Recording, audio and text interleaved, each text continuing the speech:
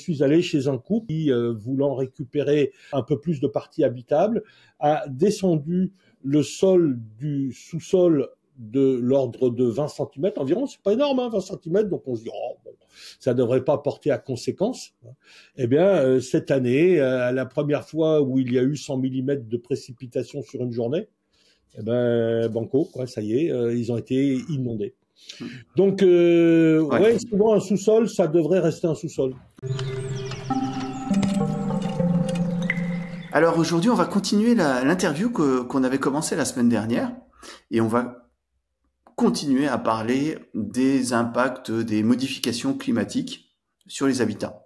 Alors, est-ce que tu pourrais nous rappeler les principaux changements que ces modifications climatiques provoquent sur nos habitats et surtout leur origine? Enfin, quels sont parmi ces trucs extrêmes qui nous arrivent ceux qui concernent les habitats? Oui. Alors, pour être complet, on a même eu une première interview sur pourquoi les bouleversements climatiques, quelles en sont les causes et pourquoi il faut s'y préparer pour probablement plusieurs siècles. Donc, quelles sont les causes? Eh bien, on a principalement, alors il y en a plein, mais je vais citer les principales qui souvent engendrent des effets secondaires qui sont aussi à prendre en compte et qu'on va aborder après. On a les canicules. Ça, c'est vraiment la première chose qu'on a remarqué. Les augmentations de température, là où on avait une canicule exceptionnellement tous les 15, 20, 30 ans, aujourd'hui, on a plutôt 2, 3 périodes caniculaires par année. Donc ça, c'est vraiment ce qu'on a remarqué en tout premier.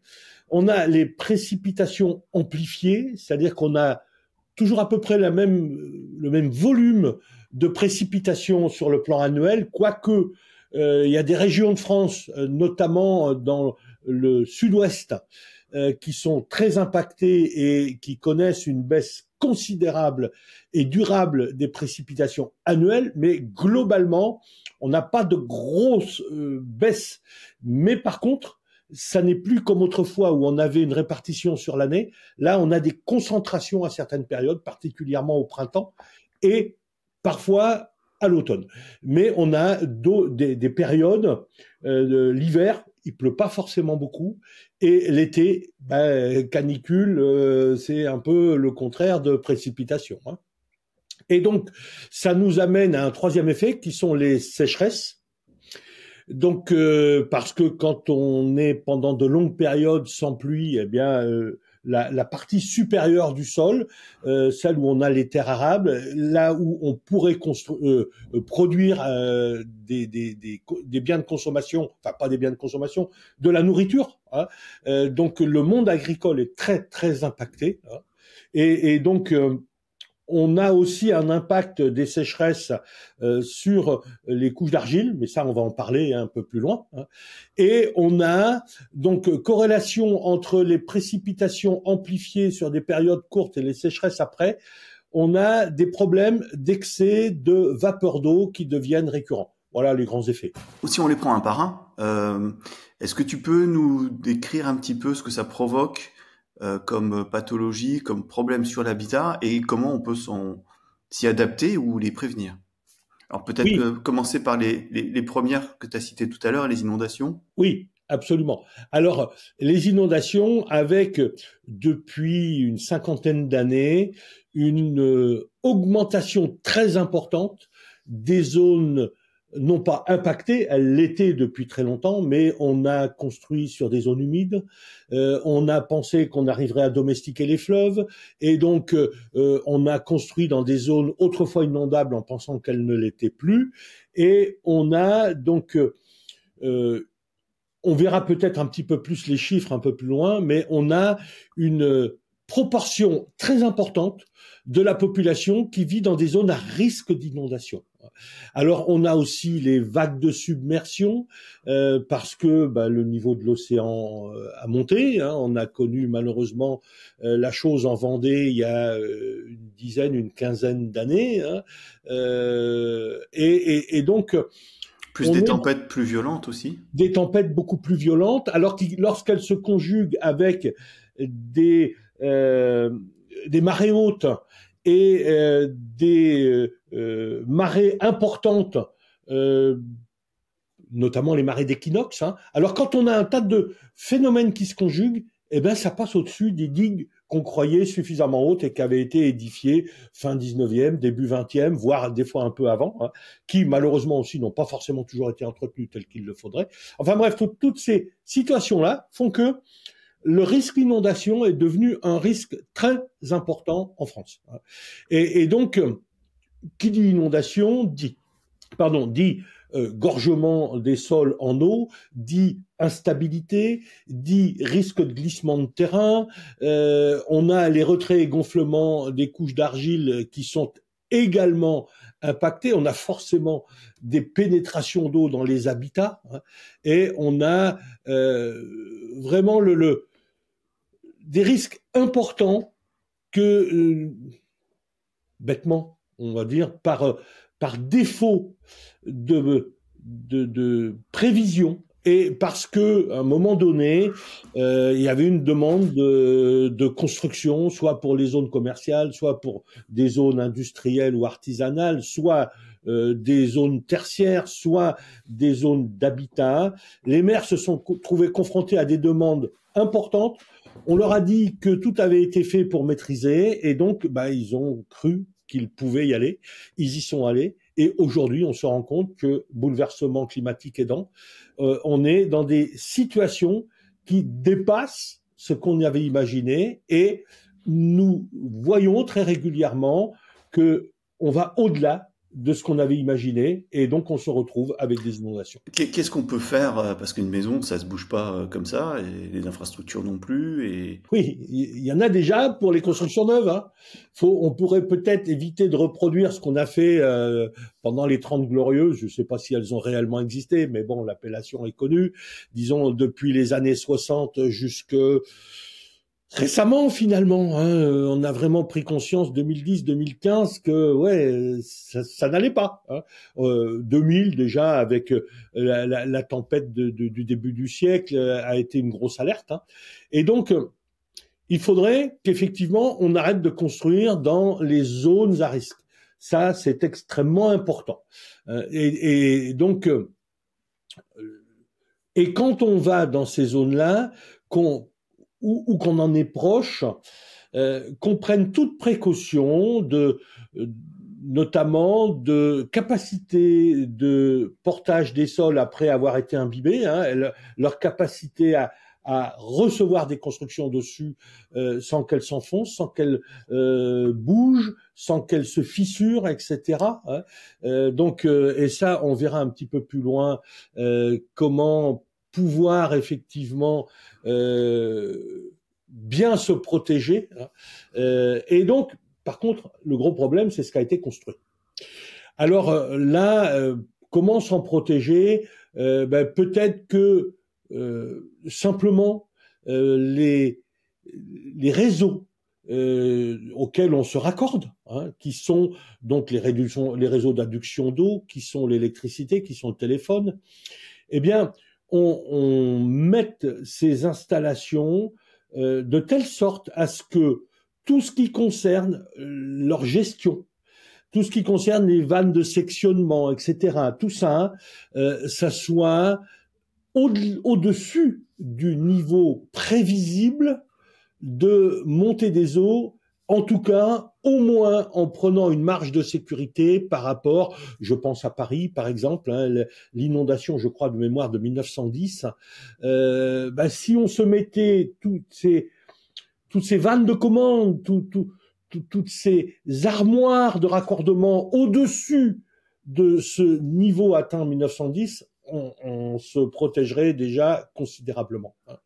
Et donc, également, tout ce qui est les compteurs des particuliers, etc., donc les mettre plus haut. Éduquer les gens en leur expliquant que, parce que là où il y a eu inondation, il y aura inondation. C'est quelque chose qui est assez certain. Et donc, il faut former les gens. C'est pas un coup de sirène ou alors maintenant on n'en est plus à la sirène, mais une alerte de dernière minute alors que les gens n'ont pas été habitués, formés, éduqués, ils savent pas ce qu'il faut faire. Hein. Et donc il faut anticiper, parce qu'on commence aujourd'hui à savoir anticiper les grosses pluies, etc. De temps en temps, on se fait surprendre, mais quand même, on a nettement amélioré. Et donc, pour ces parties anciennes, je vois pas ce qu'on peut faire d'autre. Alors, sachant que il y a un réseau qu'on ne pourra pas protéger, enfin deux, c'est les évacuations des eaux de pluie. Hein, donc là où on a ce qu'on appelle des séparatifs, hein, il y a encore beaucoup de communes, de villes, de zones où on a les eaux usées et les eaux de pluie dans le même réseau. Donc ça, il faudrait que ça disparaisse vraiment. Hein. Mais là où on a des séparatifs, et quand c'est commun de même manière, on ne pourra pas se prémunir contre ça puisque tous ces réseaux-là sont enterrés, raccordés avec les sacs d'eau pluviale, les regards d'eau pluviale des toits, hein, les bouches le long des trottoirs, etc., pour évacuer l'eau de la chaussée. Donc, toutes ces prises-là, on ne peut pas les occulter, mettre des anti-retours, des vannes de sectionnement automatiques. Ça n'est pas possible. Et donc, forcément, ça devient des résurgences quelque part. Ça ressort par là. Hein.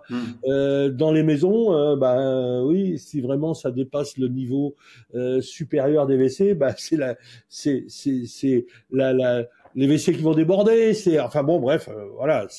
Ça, on peut pas se prémunir contre ça. Ouais. Et puis on évite, de manière tout à fait logique, de trop aménager les parties basses des habitats, celles qui seront les plus exposées. Ah, totalement. Oui. Effectivement, un sous-sol, notamment, autrefois, il y a eu des zones, moi je viens de faire une analyse, elle va être mise sur la chaîne quand elle sera montée, mais dans une zone où on savait qu'il y avait des risques d'inondation, en tout cas d'affleurement, des remontées quand il y a de grosses pluies et que la nappe phréatique est arrivée à fleur du terrain, voire un petit peu au-dessus, et de façon très sage, le promoteur ou le constructeur qui avait fait tout un quartier avait rendu avait fait un sous-sol, donc qui était à usage de garage, de stockage, et rien de plus.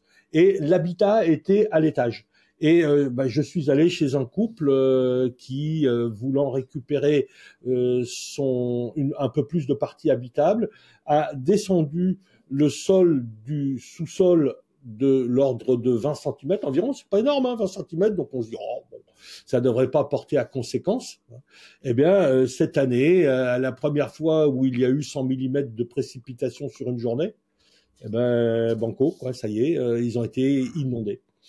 Donc, souvent un sous-sol, ça devrait rester un sous-sol. Ouais. Donc, les inondations, on a commencé par ça, mais c'est sans doute le sujet où on a le moins d'actions, en tout cas, possible au niveau individuel. Oui.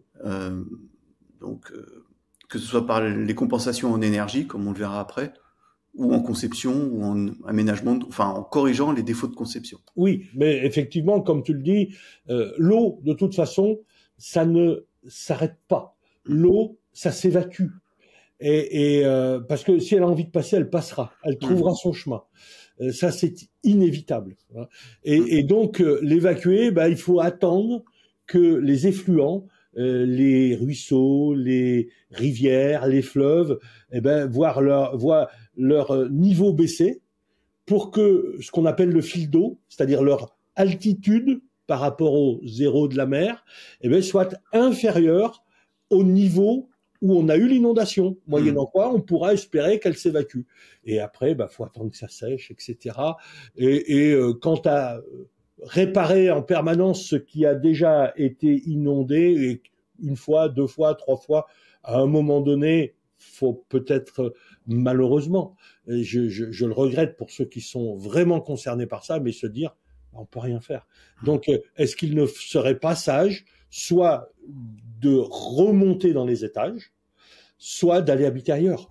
Parce que je me mets à la place des gens qui ont été inondés une fois, 2 fois, 3 fois, des fois sur des périodes courtes, hein, sur moins d'une année. C'est la désolation. À un moment donné, on peut pas résister à ça. Donc, faut prendre des décisions importantes. Le point suivant, qui est un peu lié aussi, c'est les retraits gonflements d'argile. Donc, tu nous avais un petit peu expliqué ça la dernière fois. Oui. Donc, peut-être en 2 mots rappeler, et puis qu'est-ce qu'on peut faire? Alors, les retraits gonflements d'argile, c'est effectivement des périodes de sécheresse qui alternent avec des périodes de forte pluie. Donc, l'argile, quand il y a de fortes pluies, les couches sur lesquelles on a pu construire, parce qu'autrefois, on a beaucoup construit, on n'avait pas de pelleteuse pour aller chercher profond, donc en gros, on enlevait la terre arable, on allait chercher quelque chose d'à peu près stable, lit de pierre, lit de sable, pierre plate, et allez, on construisait là-dessus. Ça s'est très bien passé pendant des lustres et des lustres, voire des siècles. Et puis maintenant, avec ces phénomènes climatiques que l'on a, on a des périodes de sécheresse où, si on est sur des couches d'argile, et quand même pour information, entre le tiers et la moitié de la France est concernée par ce phénomène-là, pas toutes les maisons, mais toutes les régions en tout cas. Hein. Et donc, lorsque on a beaucoup d'eau, l'argile a tendance à gonfler, donc la maison monte, on s'en rend pas compte. Hein. Et lorsque on est en période de sécheresse, l'argile a tendance à sécher et à baisser. Et donc, les constructions descendent. Alors, si on a une couche qui n'est pas régulière en un endroit ou en un autre, eh bien, la maison bouge de façon irrégulière et on a des phénomènes de fissures sur les murs, sur les sols, etc., de menuiseries qui ne s'ouvrent plus ou se ferment plus, et on peut aller jusqu'à une incapacité à exploiter et voire une dangerosité à rester là. Et donc, que peut-on faire? Alors là encore, pour les maisons neuves, c'est assez simple. Hein. Soit on évite ces zones-là, soit aujourd'hui on sait se prémunir contre ça. On fait ce qu'on appelle des semelles filantes en béton armé, on les dimensionne de telle sorte à ce que au niveau de l'appui au sol, on ait suffisamment de surface en appui pour être en adéquation avec la capacité de portance du lieu. Donc, on fait aujourd'hui des études avant construction, des bureaux d'études, des entreprises spécialisées viennent, font des études et dimensionnent, disent voilà, là, en fonction du poids de la maison, etc., il faut des semelles de telle dimension, de telle largeur, de telle épaisseur, ferraillage, etc. Tout ça, on sait faire. Donc, sur le neuf, normalement, on devrait pouvoir se prémunir de désordre. Et c'est sur ce qui est ancien, que faut-il faire? Eh bien, sur ce qui est ancien, on l'a déjà abordé dans la vidéo précédente très légèrement. Pendant des années, nous avons dit, claironné, dès lors qu'on a des constructions avec des murs qui sont en pierre, pour ce qui rentre dans le sol, si on est en pisé, si on est en bauge, si on est à ossature-bois, de toute façon, on avait un soupassement en pierre. Donc, même si au-delà de 80 cm, parce que souvent c'était la hauteur à laquelle on montait ce soubassement en pierre, eh bien, au-delà de 80 cm, même si on a de l'ossature-bois ou autre, les phénomènes sont les mêmes. Donc, on a dit ne pas créer de trottoirs extérieurs qui font le tour de la maison en béton, au ciment Portland, ou tout système étanchéifiant, parce que on gêne l'évaporation des remontées capillaires et donc on renvoie ça dans les murs. Alors, aujourd'hui, on a 2 mots possibles. Soit on provoque une remontée plus importante dans les murs avec des remontées capillaires qui, ne pouvant pas sortir parce qu'on a fait un trottoir, vont effectivement aller pour partie vers le mur et pour partie vers le terrain. Soit on empêche l'eau de s'évaporer et on la garde pour les nappes. Et entre les 2 mots, on est en train de se rendre compte que celui qui concerne l'accentuation des remontées capillaires dans les murs est moins impactant, moins grave, à la fois pour les bâtis et pour la gestion. On sait le gérer, ça, hein, parce qu'on va avoir des évaporations, etc. On sait comment il faut faire. Hein. Et donc, aujourd'hui, on se dit que face à 2 mots, il faut choisir de traiter le plus grave. Et le plus grave, si on a ces deux mots-là, c'est le retrait-gonflement des couches d'argile. Donc, on tend à... alors, on n'a pas encore beaucoup de recul, hein. On est dans les premières périodes, dans les premiers 10 ans où ça se produit, et c'est dans 20 ans, 30 ans, 40 ans qu'on pourra dire « Ah ben on a eu raison, ah ben on a eu tort ». En tout cas, aujourd'hui, c'est plutôt vers ça qu'on va, hein. Et donc, également, ce qu'on peut en dire, et ça j'ai beaucoup de vidéos qui en traitent, hein, c'est que le fait de drainer en croyant qu'on va tout résoudre avec du drainage, non. Ça, c'est sûr que non. Alors, on va pas faire un développement énorme sur le drainage, mais si on est amené à drainer, parce que quand même on s'est laissé convaincre par le beau-frère, par le terrassier du coin, le maçon, etc., qu'il faut drainer. Si on a des murs en béton, on draine contre le mur en béton. On va chercher au niveau du bas des fondations. Voilà, c'est une règle.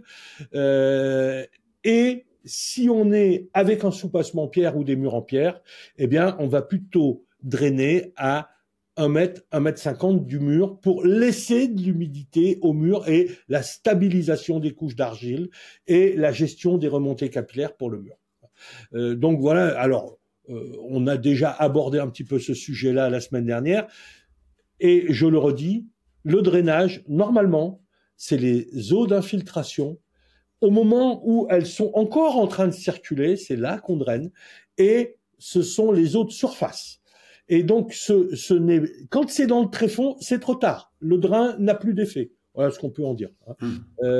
Et donc, après, lorsqu'on est face à des constructions anciennes, eh bien, le mieux que l'on puisse faire et qu'on constate. Alors déjà, on va mettre des témoins sur les fissures qu'on voit, hein. Qu'est-ce qu'un témoin? C'est une petite plaque où on la crée en place. C'est en plâtre, c'est quelque chose qui est relativement fragile par rapport au mur lui-même, hein, et donc qui est fixé des deux côtés de la fissuration. On le date, on prend une photo ou on repère et on regarde au fil des années, est-ce que ça se déplace verticalement? Ça, c'est typique d'un retrait-gonflement des couches d'argile. Est-ce que ça s'écarte, etc. Et on surveille, voilà. Et des fois, on se rend compte que c'est totalement stabilisé et que j'arrête ça, pardon. Et c'est complètement stabilisé et que donc il n'y aura pas il n'y a pas lieu de prendre de mesures importantes, hein. Soit on se rend compte que ça s'amplifie et à ce moment-là, il faut faire venir un bureau d'études spécialisé, une entreprise qui va nous faire une étude de sol et qui va possiblement nous dire ce qu'il faut faire.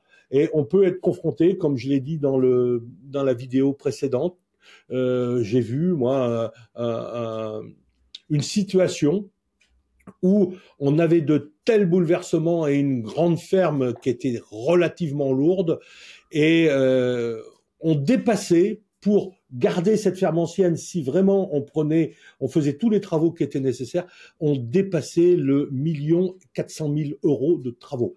Et donc, tu étais là quand ce client qu'on connaît, hein, nous a fait part de ça. Donc là, il a été choisi de raser la construction, de garder les fondations et de reconstruire dessus une ossature bois beaucoup moins lourde. Et que voilà, ça. Mais vous voyez, ça peut aller loin, hein, ça peut aller loin. Et donc ça, c'est vraiment des bureaux spécialisés qui pourront donner l'orientation. L'autre point, c'était les excès d'eau dans les bâtis, que ce soit sous forme de vapeur d'eau ou d'eau liquide, par infiltration. Voilà, alors les infiltrations, on en a déjà parlé, hein, donc là où elles sont en ruissellement, ou enfin dues à des ruissellements de surface, ou de l'eau qui court encore un petit peu dans le sol, entre le sol naturel et le fond des fondations, eh bien, le drainage, voilà, mais c'est vraiment pas systématique. Ou ça peut être les fissures qui sont liées au problème de gonflement en retrait d'argile aussi. Voilà. Alors là, en règle générale, quand on a des pénétrations et qu'on a déjà des fissures, ça devient vraiment très problématique. Hein. Et donc là, à nouveau, voyez un bureau d'études spécialisé parce que on est dans des pathologies qui ne sont pas du niveau d'une simple vidéo, je dirais. Hein, voilà, on fait pas de miracle avec les vidéos. Hein. On alerte, on donne des pistes, c'est tout ce qu'on peut faire. Hein. Et donc, alors, quand on a de l'eau, il faut se poser la question, est-ce qu'il y en a toujours eu?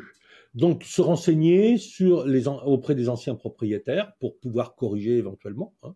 Et s'il y en a toujours eu, en règle générale, les anciens étaient sages. Et donc, les ruissellements le long des murs, c'était dans les caves, c'était dans les sous-sols, etc. Donc, ne pas le rendre habitable. Ça semble tellement évident à dire, mais malheureusement, c'est pas toujours la décision qui est prise. Et là, on a des fois des gens qui arrivent en disant, mais vous allez voir, je vais vous faire des infiltrations de résine, c'est top, c'est miraculeux. Non, les miracles, c'est en certains endroits et pas tous les ans.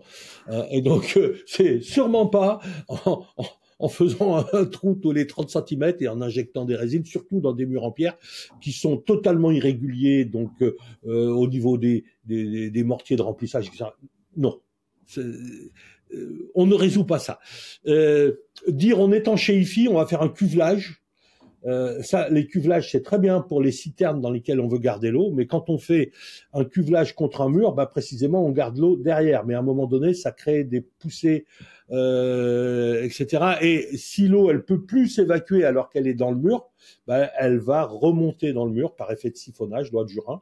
Et donc, on va accentuer l'eau en dessus. Donc, quand on a de l'eau dans une partie qui est enterrée, eh bien, on la laisse ce qu'on appelle en annexe, on n'en fait pas une partie habitable. Ça n'est pas raisonnable. Voilà. Ça, c'est la première grande règle. Et après, cette eau, à un moment donné, je vous l'ai dit tout à l'heure, l'eau, on la capte, on l'évacue. Ça, c'est la première chose. Là, manifestement, elle n'a pas été captée, elle n'a pas été évacuée. Donc, on l'a. À ce moment-là, qu'est-ce qu'on peut espérer pour s'en débarrasser? C'est qu'elle s'évapore. Et lorsqu'elle s'évapore, elle se retrouve, si possible, on provoque l'évaporation à l'extérieur. Donc, on va décrouter les murs s'il y a un enduit au ciment Portland, etc. Donc, on va prendre toute disposition pour que, au-dessus du sol naturel, on ait très rapidement, dans ce qu'on appelle la frange d'évaporation, un assèchement du mur qui va s'équilibrer en fonction de ses besoins réels sur les premiers 50 à 80 centimètres. Et donc là, on connaît à peu près ce qu'il faut faire. Hein, c'est assez simple. Et à l'intérieur, eh bien, on va avoir de l'évaporation qui va accentuer la présence de vapeur d'eau dans l'air. Et donc cette accentuation de vapeur d'eau dans l'air va pouvoir se gérer avec un renouvellement d'air ou un assècheur d'air. Ça, c'est la vidéo qu'on a faite la semaine dernière, qui est déjà sur la chaîne, on vous mettra un lien. Donc tout ce qui concerne l'humidité relative excessive, la gestion de ces points-là, ça vous l'avez dans une autre vidéo, vous aurez le lien. Mais une fois de plus, ça on maîtrise ces sujets-là. Donc voilà ce qu'on peut en dire. Ça, c'est plus facilement gérable. C'est plus facilement gérable. Et maintenant, le quatrième point qui sont les excès de chaleur liés aux canicules. Ou à des défauts de conception de l'habitat dans ces périodes chaudes et chaudes. Longues et chaudes. Hein. Donc, on a vu que il y avait une erreur à ne pas faire, qui est de rendre habitable des sous-sols. Enfin, il y a des endroits c'est possible, mais il y a d'autres endroits ça l'est absolument pas. Hein. D'autres situations. Et donc, il faut aussi se dire que si les anciens faisaient ce qu'on peut appeler un grenier, ce qu'on appelle aujourd'hui des combles. Alors déjà parce qu'ils avaient besoin de stocker des fourrages, des choses comme ça. Bon, voilà, ça c'était clair. Et aussi parce que c'était un espace tampon qui faisait vraiment une bonne interface entre les périodes de grand froid qu'on a moins maintenant et les périodes de grande chaleur qu'ils avaient moins autrefois. Et donc rendre habitable des combles perdus ou des greniers, c'est s'exposer à être directement en lien sous le toit. Alors là, je vous mettrai un lien vers, vous aurez dans le descriptif un lien, vous avez, voilà, puisque lorsque vous voyez ça normalement, c'est fait, c'est publié, vous avez un lien vers un article un peu long dans lequel je décris tout ce qui se passe dans un toit en période de grande chaleur et qui nous a valu un procès fleuve que certains ont appelé l'Isolgate, où les fabricants de laine de verre, notre leader national en tête, se sont trouvés confrontés à un procès, c'est eux qui l'ont déclenché d'ailleurs, contre un fabricant de ce qu'on appelait autrefois les isolants minces, dit plutôt isolants réfléchissants, réflecteurs. Et donc, j'ai décrit dans cette vidéo qui relate le procès et ses conclusions, ce qui se passe. Alors, quoi qu'en disent certains, que le déphasage serait une vue de l'esprit, je suis désolé, moi, je constate, j'ai aussi une vidéo que j'ai faite, j'en ai plusieurs là-dessus. Et alors on me dit, ah, tu as des résultats auprès de tes clients, c'est pas du fait que tu as utilisé des isolants à fort déphasage, c'est parce que tu as mieux travaillé que tes concurrents. Bah alors c'est simple, formons les gens. Donc si c'est simplement une question de qualité de travail, ça peut se résoudre assez facilement. Hein. Moi, je constate quand même que j'ai eu une période autrefois, où j'utilisais des isolants plus conventionnels, eh bien, et je travaillais, j'ai pas de raison d'un coup, parce que je suis passé de l'autre côté de la barrière et que je suis devenu ce qu'on appelle un écolo peut-être, ou plus écolo qu'avant, que d'un coup je me sois dit, ah mon Dieu, il faut que je me mette à travailler bien. Non, j'ai toujours essayé de servir au mieux mes clients. Eh bien, j'ai constaté une amélioration. Donc voilà, on a ce recul-là. Et donc oui, utiliser les bons isolants aux bons endroits et traiter ce qui doit l'être. Et ce qui doit l'être en tout premier, c'est le toit. Alors on nous parle sans arrêt des murs, etc. Quand on a des murs de 80 cm en pierre, avant que ça traverse le mur pour que la chaleur vienne nous impacter dedans, il va falloir du temps. Il va falloir une canicule longue. Très longue même.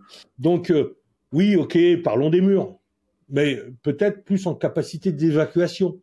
Et l'isoler, c'est peut-être lui enlever ses capacités d'évacuation, je sais pas.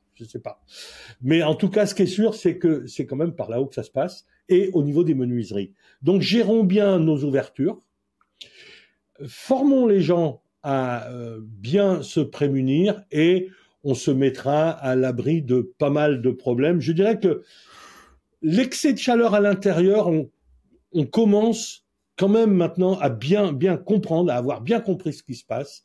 Alors, il y a des endroits où on n'aura pas le choix, on ira vers une climatisation, mais vraiment, c'est la solution ultime. Il y a tellement de choses possibles à faire avant, et pour ça, tous ceux qui sont professionnels, qui construisent, qui, pour certains, analysent, pour d'autres font des travaux sur des biens existants, ce qu'on appelle l'amélioration énergétique, la recherche de performance énergétique.